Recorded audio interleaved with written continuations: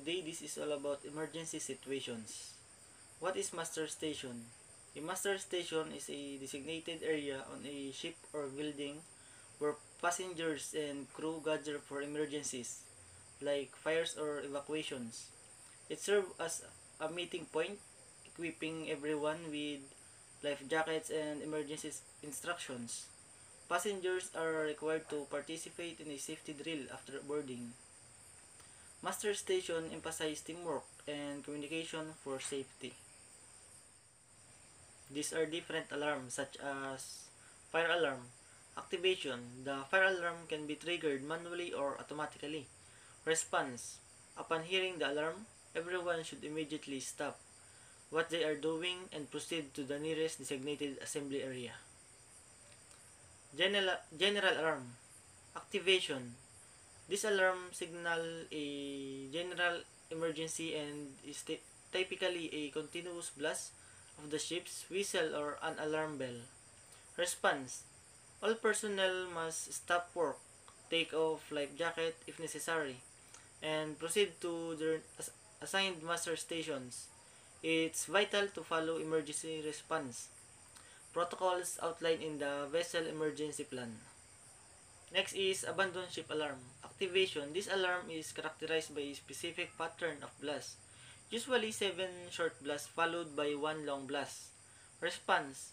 Personnel should immediately don life jacket, gather essential items, and head to the lifeboats or life rafts. It's crucial to follow crew instructions and remain calm. Next is man overboard signal. Activation. This signal can be a loud horn or specific flags raised on the ship. Response. Crew should immediately mark the position where the personnel fell overboard, throw life rings or flotation devices, and notify the bridge to initiate recovery procedures. The vessel may need to circle back to recover the individual.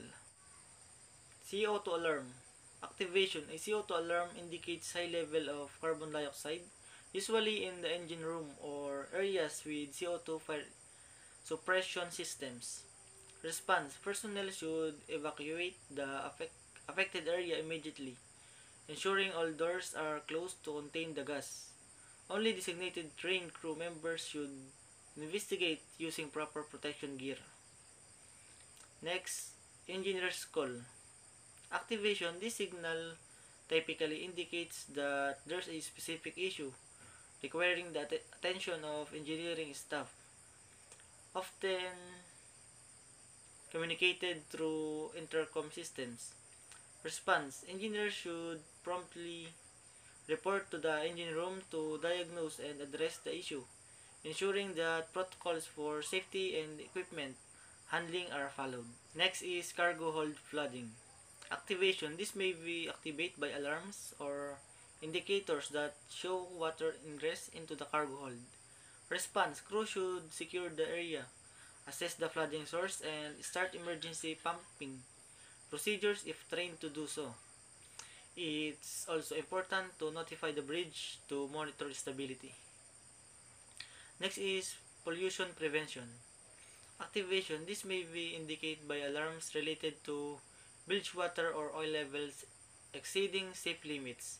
Response. Personnel must immediately stop discharge and initiate pollution control measures.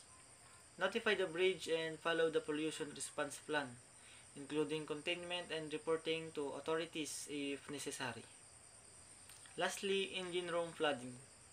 Activation. This alarm indicates water ingress into the engine room, often detected by level sensors. Response. Crew should immediately evacuate non-essential personnel, close watertight doors, and initiate emergency pumps to control flooding. Communication with the bridge is vital to coordinate responses. Training and drills are crucial in many fields, from sports to emergency response and even workplace environments. Here are some reasons why they are so important. Skill development. Regular training helps develop and refine skills. Team coordination. Drills often focus on teamwork ensuring that everyone knows their role and can work together seamlessly. Preparedness. Training prepares individual for real-world situations. Confidence building. The more you practice, the more you confident you become in your abilities. Error reduction. Training allows individual to identify and correct mistakes in a controlled environment.